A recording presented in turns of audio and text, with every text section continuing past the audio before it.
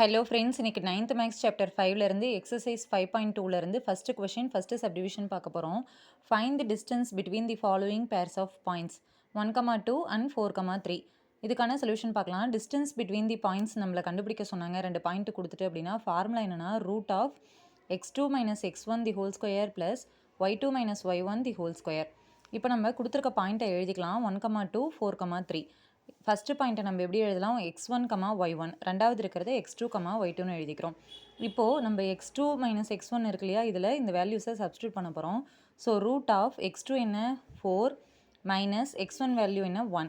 4 minus 1 தி whole square plus அடுத்தது y2க்கு பதிலாக இங்கே என்ன இருக்குது 3. ஸோ 3 மைனஸ் y1 வேல்யூ என்ன 2. 3 மைனஸ் 2 தி ஹோல் ஸ்கொயர்.